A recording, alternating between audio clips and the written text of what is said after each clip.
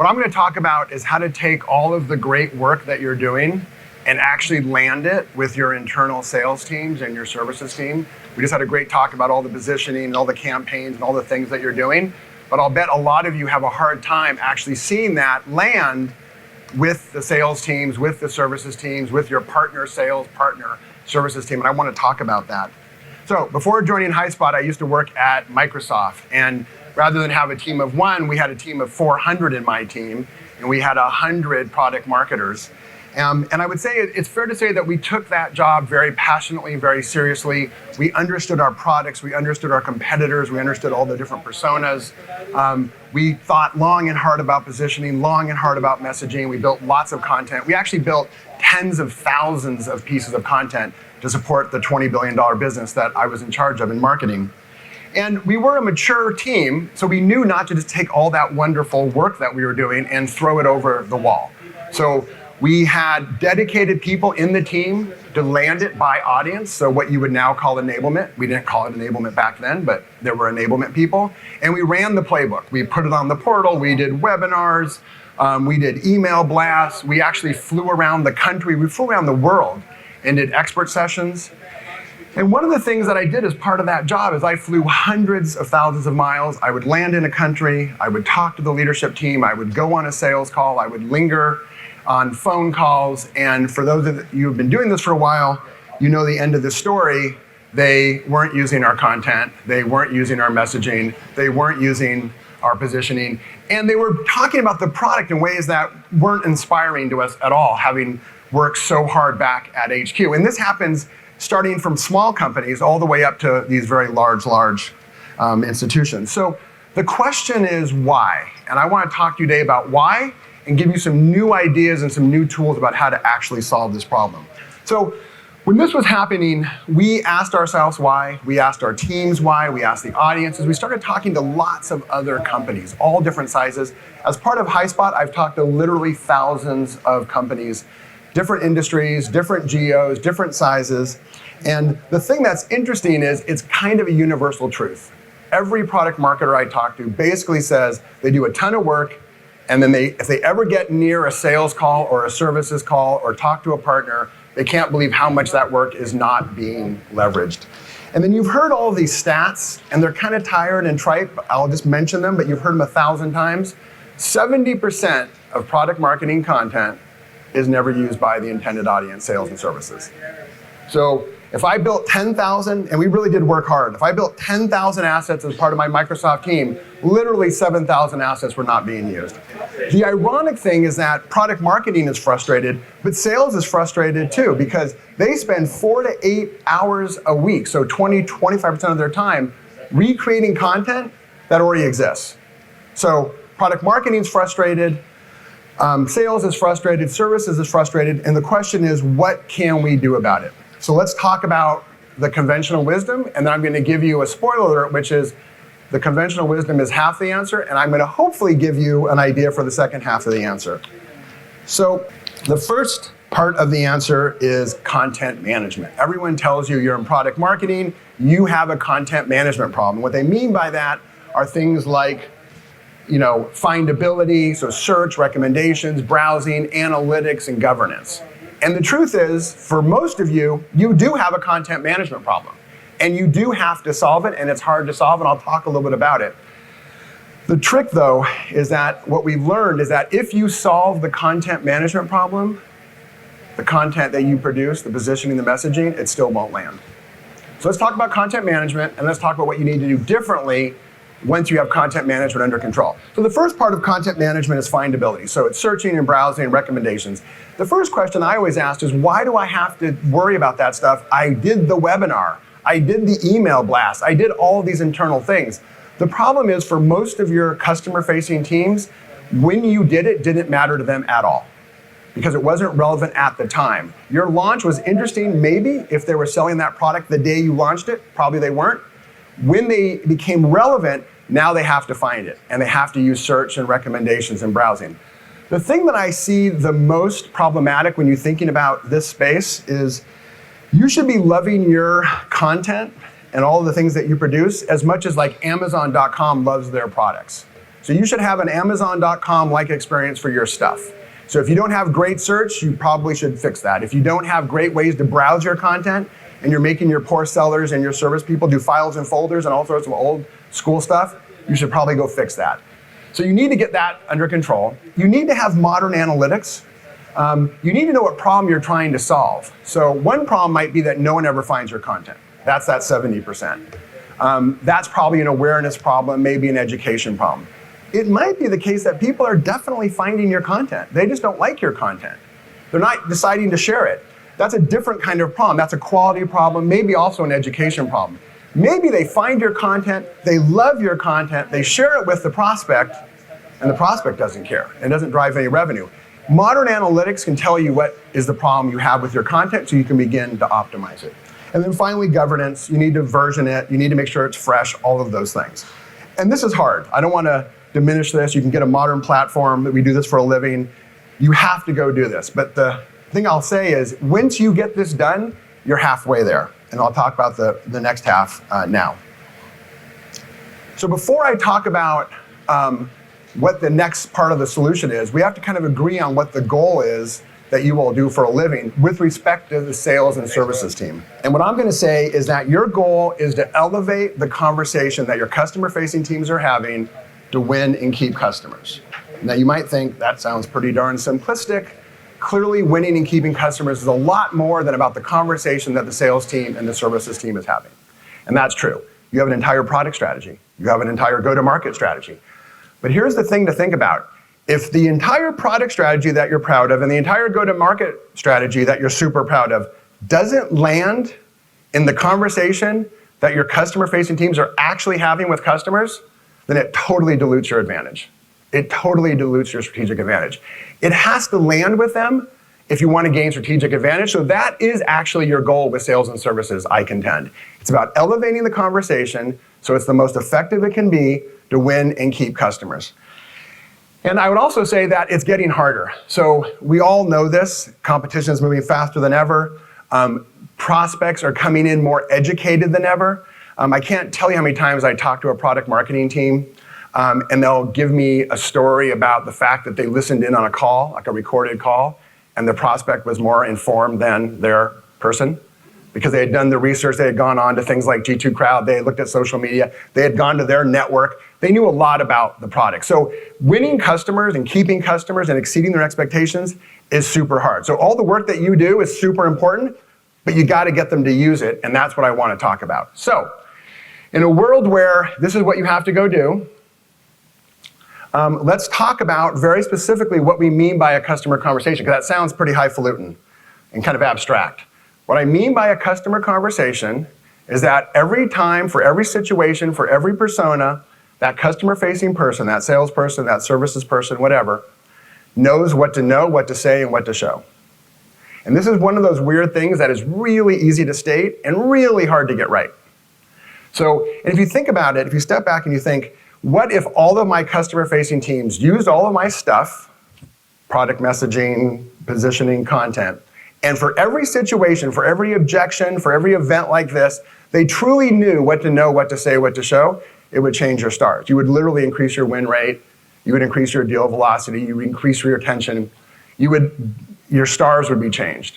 So the question is, how do you land all the work that you do so that your customer-facing teams know, what to say, and what to show? And that's what I want to spend the next few minutes talking about. So, content management is half the solution. So the question is, what's the other half of the solution?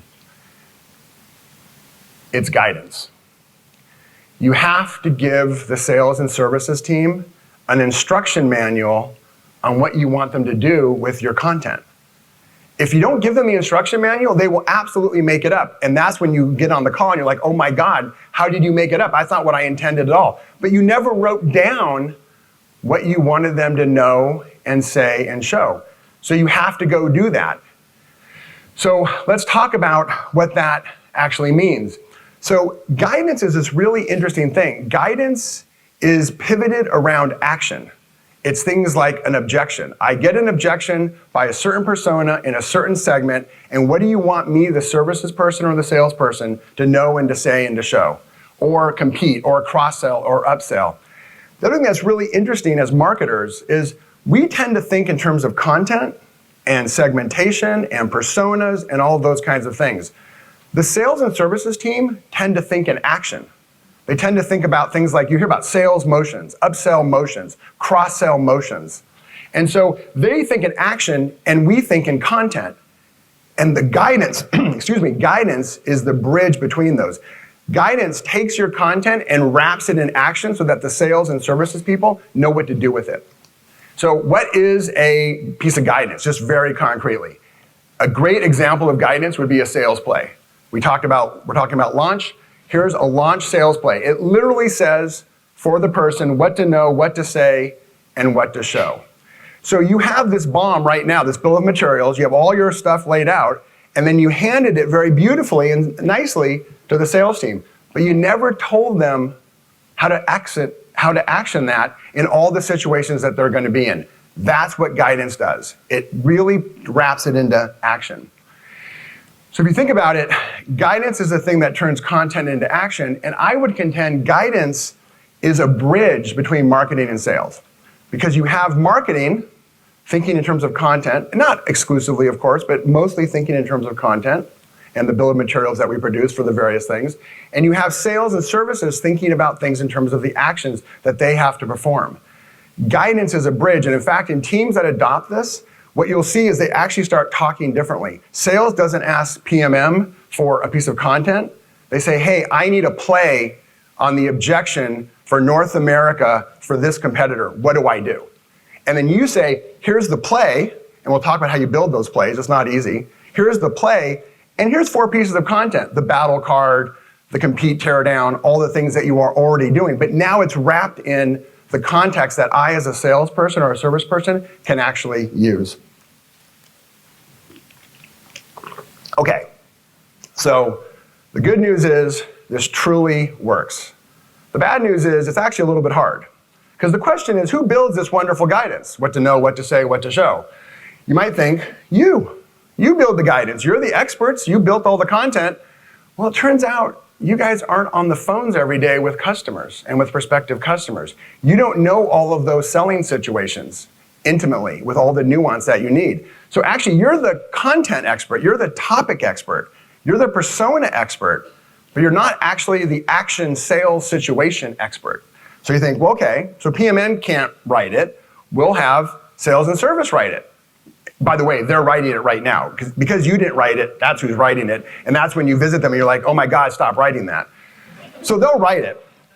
But they actually they're not experts, as you know, in your content and in your positioning and in your messaging and in all the things that you do.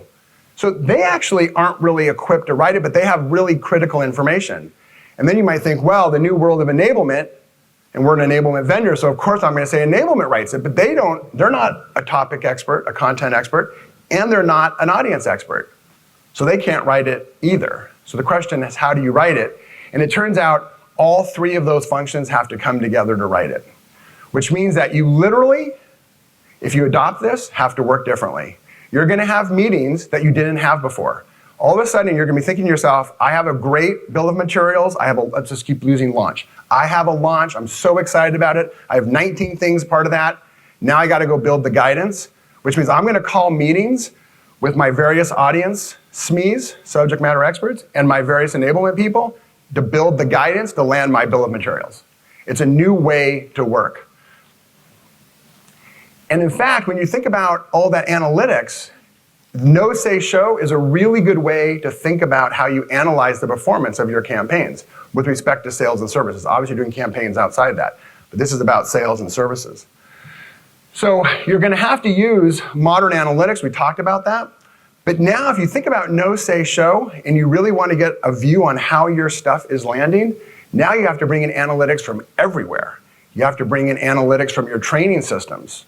You have to bring in analytics from your call recordings. You have to bring in analytics from your content system and bring all those things together to give you a good 360 of what's happening. The other thing I'll say is that if you really want to do this right, you actually have to apply AI to these analytics. Because the data is, you have all the raw data, but the insights come from inferred data. And let me give you an example. Let's say you have a product marketing deck, a presentation deck that you want your salespeople to present. And most companies, most B2B companies, PMM is moving to a more modular approach, and they say, hey, build up the deck that's personalized for that particular company.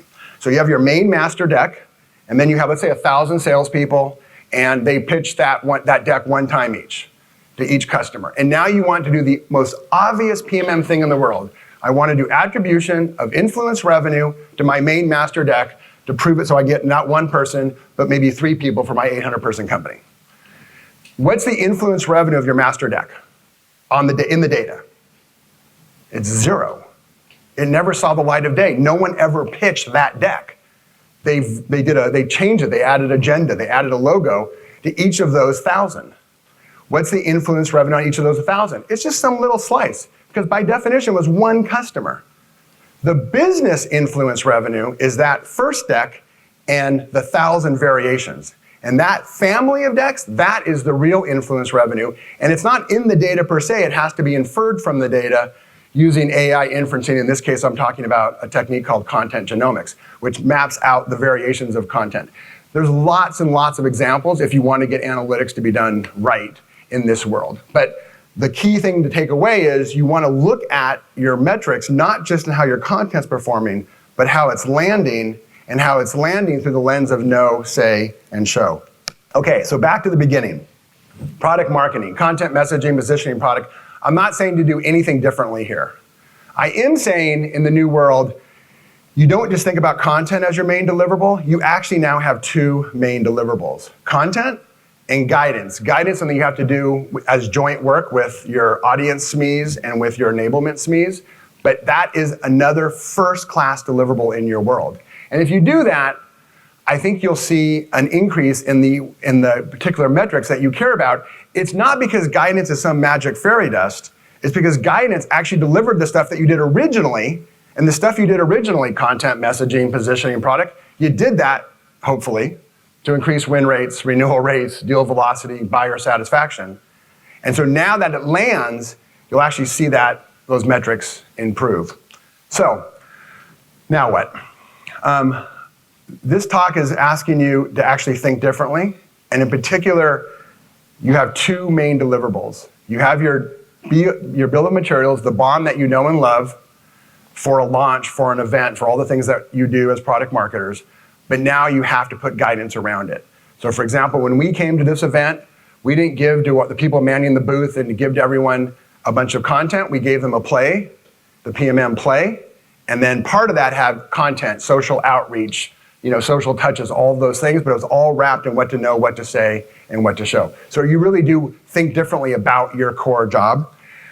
What you're going to find is you have to work differently. You're going to have meetings you didn't have before because you're going to have to collaborate in a different way for most companies. Not everyone, maybe you already do some of this, but with your audience SMEs. And these audience SMEs, it's not a play for sales for your launch. It's a play for North America AEs in the enterprise segment.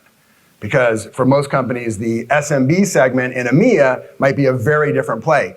And before you had this notion, you built one piece of content and then let them figure out for themselves how they would apply it to SMB and how they would apply it to the enterprise.